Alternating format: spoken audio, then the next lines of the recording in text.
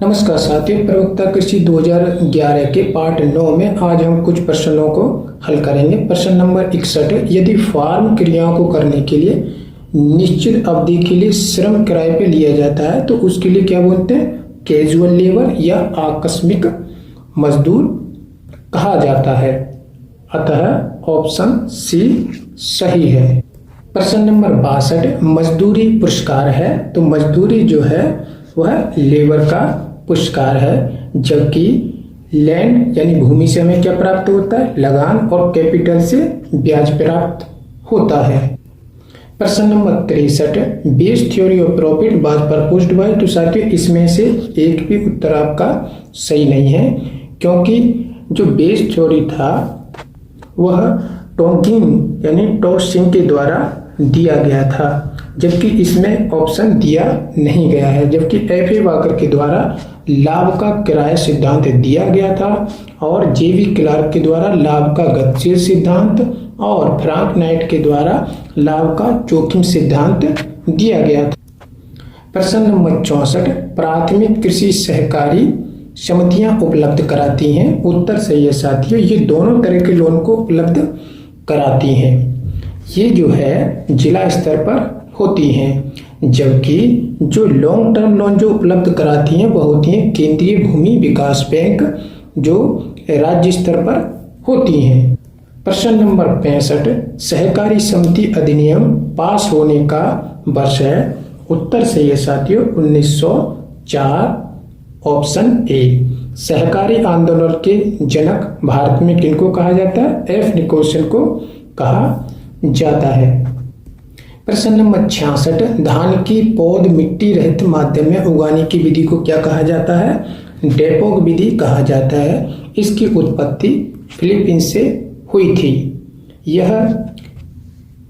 इसका दूसरा नाम क्या है? मैट नर्सरी के नाम से इसको जाना जाता है। इसमें जैसे ही पौध जो है 12 दिन की हो जाती है तो उसको मशीनों के द्वारा मुख्य खेत में रोपा जाता है, यानी 1 वर्ग मीटर जो नर्सरी होती है उससे 200 वर्ग मीटर मुख्य खेत को रोपा जाता है या मुख्य खेत में रोपाई की जाती है।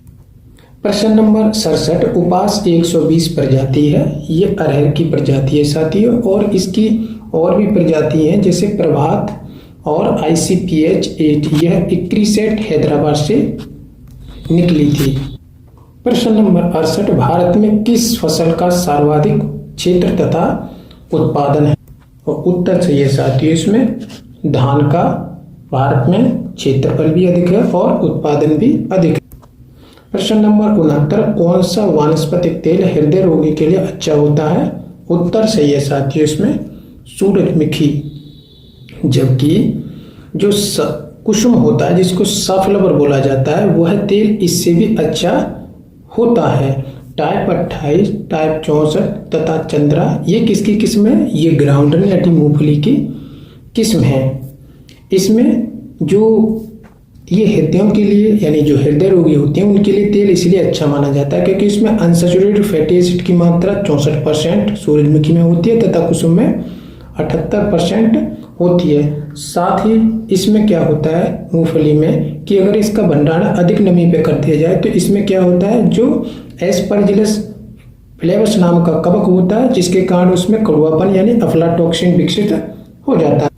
प्रश्न नंबर 70 निम्न में से कौन सी फसल सभी ऋतुओं में बोई जा सकती है? इसका उत्तर सही है साथियों मक्का।